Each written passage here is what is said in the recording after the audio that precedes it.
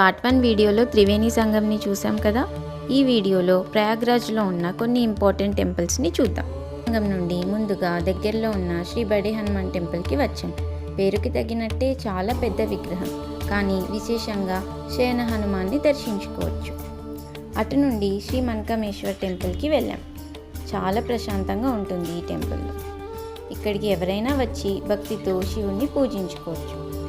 ఇది యమునా నది పక్కన ఉండడంతో ఆ జలంతో శివుడిని ఎవరైనా వారికి నచ్చినట్టు అభిషేకించుకునేలాగా ట్యాప్స్ అండ్ చెంబులు కూడా ఏర్పాటు చేశారు. మనసులోని స్వచ్ఛమైన కోరికలు తీరుతాయని నమ్మకం. శ్రీరాముడు సీతాదేవి కూడా ఈ శివలింగాన్ని పూజించారని అంటారు. అటు నుండి అలోపి శాంకరి దేవి శక్తిపీఠంకి వచ్చాం. ఇది 51 శక్తిపీఠాలలో ఒకటి. చాలా విశాలంగా ఉంటుంది. స్టిక్కర్స్ తీసుకొచ్చి గుడిలో గంట మీద అతికిస్తారు. అమ్మవారికి బొట్టు పెట్టినట్టు భావిస్తారు. వీడియోలో చూస్తున్నట్టు ఇక్కడ అమ్మవారిని విగ్రహ రూపంలో కాకుండా ఊయల రూపంలో పూజిస్తారు. ఈ గుడిలోనే అమ్మవారి నవదుర్గా అవతారాలు కూడా దర్శించుకోవచ్చు. ఇలా అన్ని దర్శనం చేసుకుని అదే ఆటోలో రైల్వే స్టేషన్కి వచ్చి రిటర్న్ 12కి వందే భారత్ ఎక్కి వారణాసికి వచ్చేసాం.